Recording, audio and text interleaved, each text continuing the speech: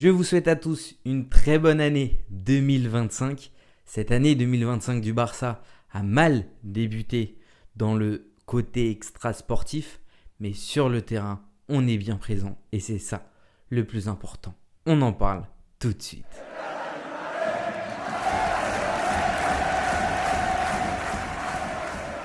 Bonjour à tous et bienvenue dans cette nouvelle vidéo du comptoir catalan. Voilà, c'est la nouvelle année 2025 et le premier match du Barça, c'est pour un match face à Barbastro en Copa del Rey, donc pour les 16e de finale, donc le match qui s'est déroulé au Campo Municipal de Deportes Barbastro, donc dans la ville de Huesca. C'est eux qui nous ont évidemment reçus pour ce match. Avant de débuter la vidéo, comme d'habitude les gars, n'oubliez pas pour cette nouvelle année de vous abonner à la chaîne Le Comptoir Catalan, d'activer la petite cloche pour être directement au courant d'une sortie de mes vidéos, de lâcher le petit like pour soutenir la chaîne et de me dire dans les commentaires ce que vous pensez actuellement du Barça, de tout ce qui peut se passer. De toute façon, une vidéo arrive très prochainement pour discuter évidemment du cas de Dani Olmo. On va commencer donc sur ce match, donc directement, comme d'habitude, on va parler de la compo. Et Flick a décidé de faire tourner, c'est évident, sur ce type de match en Copa del Rey face à des équipes de Division 4, il est évident qu'il faut faire tourner. Et Flick n'a pas hésité à faire tourner. Évidemment, Szczęsny a débuté titulaire sur ce match à la place d'Iñaki Peña. Voilà, beaucoup de personnes disaient, mais quand est-ce que va jouer Szczęsny? Voilà, Szczęsny, je pense que c'est clair et net qu'il va jouer la Copa del Rey. Alors la Supercoupe, je ne sais pas, à voir si on verra Iñaki Peña ou Szczęsny. Il a fait ce système du 4-3-3 à la place du 4-2-3-1 habituel. On a retrouvé en défense le retour d'Araujo suite à sa longue blessure. Voilà, le retour d'Araujo qui a fait un bon match et ça fait plaisir de le revoir sur le terrain. C'est un grand joueur, faut pas l'oublier. Il fait cette défense avec Inigo Martinez, Gerard Martin à gauche, Koundé à droite comme d'habitude. Le milieu de terrain, Eric Garcia en poste de numéro 6. Au début, quand j'ai vu Eric Garcia, je me suis dit ça y est, notre joueur qui porte malheur, on va perdre ce match. Bon, c'est contre Barbastro. Au fond, je ne le pensais pas vraiment. Mais au final, Eric Garcia qui m'a surpris, on va en discuter dans la vidéo, accompagné de De Jong, Pedri juste au-dessus et une attaque inédite, Pablo Torre à gauche, Lewandowski et Fermin. Directement en première mi-temps, tout de suite, on voit un Barça dominateur. Évidemment, on ne s'attendait pas à autre chose, mais c'est le type de match où il faut rapidement contrôler le ballon et surtout rapidement marquer. Et le Barça n'a pas perdu trop de temps. Ils ont directement attaqué. Directement, ils se sont procuré beaucoup d'occasions. Koundé sur le côté droit, qui était énormément présent, qui a proposé beaucoup de solutions et qui a fait de nombreux centres. Malheureusement, parfois, c'était raté. Parfois, il y avait preneur et ça allait pas jusqu'au bout. Mais directement, c'est un Barça qui dominait. C'est pas compliqué face à Barbastro. Mais quand même, c'est des matchs qui peuvent vite se compliquer. Ce type d'équipe, ça ne sera pas comme les mêmes petites équipes que de Liga. C'est censé être plus simple. Mais si, imaginons, ils te mettent un but, tu ne sais pour quelle raison, sur une erreur ou quoi. Après, ils font que défendre et ça peut être plus compliqué. Alors, plus simple qu'évidemment les autres matchs contre Las Palmas ou quoi. Et tout de même, il faut rapidement contrôler le match. Et c'est ce qu'a fait le Barça. Premier but à la 21e minute. Et qui marque le premier but de 2025 au Barça? Eric Garcia. Alors ça, je ne l'aurais jamais cru. Eric Garcia qui est suivi dernièrement par le Girona, il a été prêté l'année dernière, ils l'ont beaucoup aimé. Eric Garcia qui a fait pour moi un très bon match en poste de numéro 6. Il est défenseur central, mais on sait qu'il peut jouer dans ce rôle de pivot. Et pour moi, il a fait franchement un bon match. Il n'y a rien à dire à ce niveau-là. Il a tenu son rôle. Il a été dangereux sur ce magnifique centre de Jong, remise d'Araujo, but d'Eric Garcia. Un but 100% défenseur central. Le Barça qui va continuer quand même ses offensives. Le Barça qui se met rapidement à l'abri. 9 minutes après, à la 30e minute, premier but de Lewandowski dans cette année 2025. C'est le match où il n'y a que des nouveautés pour cette année. Premier but de Lewandowski, il conclut sur un coup franc magnifiquement tiré de la part de Pablo Torre.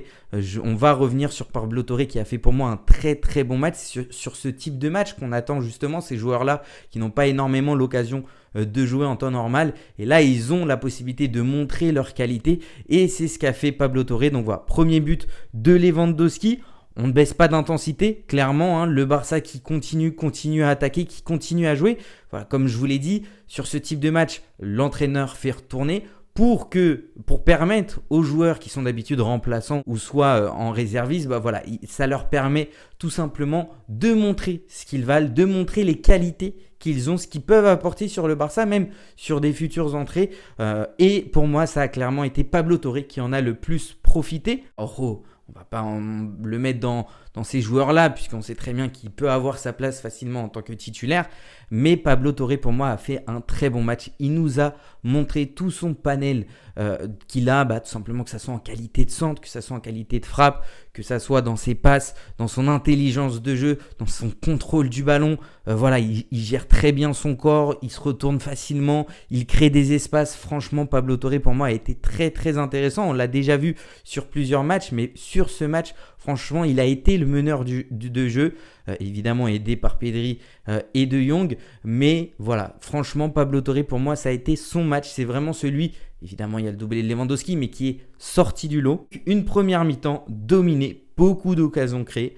Koundé qu'on a vu beaucoup, voilà, qui a été beaucoup présent. Évidemment, comme il n'y a pas Lamine Yamal, tu as Fermin sur son côté, tu dois plus te projeter et c'est ce qu'il a fait. C'est aussi ce que j'ai aimé de la part de Koundé. Début de la deuxième mi-temps, Flick qui continue à faire tourner. Il fait rentrer Gavi à la place de Pedri. Pedri qui a fait un très bon match, mais voilà, il faut le faire reposer. On a la Super Coupe qui arrive assez rapidement. Le premier trophée de la saison qu'on peut avoir directement dans ce mois de janvier.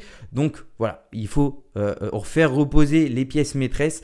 Et donc c'était un très beau changement. Gavi qui est rentré, Gavi qui prend aussi des minutes. Et directement, juste après le changement, juste après le début de la deuxième période, 46e minute, Lewandowski qui double la marque sur une sublime passe de Pablo Torre. On en a déjà parlé. Il a fait un très très bon match. Voilà, Lewandowski qui double la marque, Lewandowski qui rentre bien dans son année. Voilà, il est en forme depuis le début de la saison. Il a eu quelques matchs où c'était un petit peu plus compliqué. Mais voilà, c'est très bien de se mettre en confiance juste avant la Super Coupe.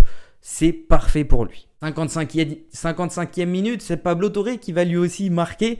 Il va profiter d'une erreur du gardien, le malheureux, le gardien de Bastro qui va se faire une petite erreur. Pablo Torre qui va en profiter, qui va rester à l'affût et qui va mettre le dernier but du Barça, 4-0 du Barça. Ansu Fati qui est rentré, on a pu voir un petit peu Ansu Fati aussi sur ce match qui est rentré à la place de Lewandowski. Mais Ansu Fati, je ne sais pas vous, mais moi, je sens qu'il n'a plus l'envie.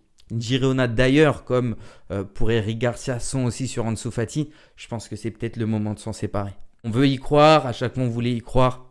Malheureusement, ça fait partie de la carrière d'un joueur. Il y a eu beaucoup de blessures qui lui ont empêché de montrer tout son talent. On a eu cette période avec Ansu Fati où on était tous à fond derrière lui. Je pense que le rôle de numéro 10, ça l'a un petit peu on va dire, mentalement.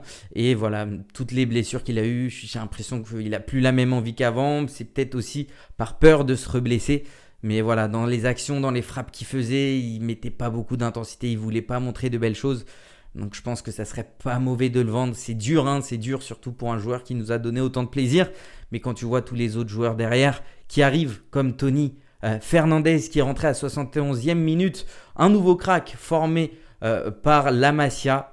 Ça, s'il y a bien une chose qu'on ne peut pas nous enlever, c'est la Masia. Ils peuvent faire tout ce qu'ils veulent avec Dani Olmo, Pau Victor, essayer de céder à des petites pressions des clubs, ces petites Liga. Mais vous inquiétez pas, comme je vous l'ai dit, une vidéo se prépare pour pouvoir en parler. Voilà, ce jeune crack aussi formé à Masia dans le Barça Athletic, il a fait déjà de bonnes impressions. Donc voilà, je pense qu'on va petit à petit de plus en plus le voir. Il joue dans un rôle qui est quand même assez rempli. C'est un petit peu ce rôle de milieu de terrain numéro 10. Avec Dani Olmo, Pedri, on sait qu'il peut jouer là-bas. Fermin aussi, normalement, il ne joue pas sur le côté, il peut jouer là-bas. Mais voilà, ça fait plaisir de voir ce type de joueur. 2-3 petits touchés de balle. Tu sens qu'il a une technique, tu sens qu'il a quelque chose. On n'a pas pu voir non plus énormément de choses. On ne va pas s'emballer pour rien. Mais c'est quand même une entrée importante. Voilà, quoi dire de plus, 4-0 sur les 16e de finale. Évidemment, ce n'est pas une surprise, heureusement qu'on gagne face à Barbastro et surtout avec un gros score. Mais on a quand même vu des choses intéressantes qu'on en a discuté sur cette vidéo. N'oubliez pas les gars, comme d'habitude, de vous abonner à la chaîne Le Comptoir Catalan pour activer la petite cloche pour être directement au courant d'une sortie de mes vidéos, que ce soit des analyses d'après-match et surtout c'est la prochaine vidéo sur le cas de Dani Olmo. On va tout simplement tout voir ensemble, le déroulé, les bases du problème, ce que moi je peux reprocher à la direction du Barça, ce que je peux reprocher aussi à la Liga et quelles sont les solutions par la suite. Voilà, ne ratez pas cette prochaine vidéo, vous allez tout comprendre sur ce sujet. Cette victoire lance cette année de la meilleure manière possible. Cette année sera belle, j'en suis sûr. Ils veulent nous empêcher d'être compétitifs. Mais sachez une chose, pour empêcher ce Barça de tout gagner cette année, il va falloir plus que ça.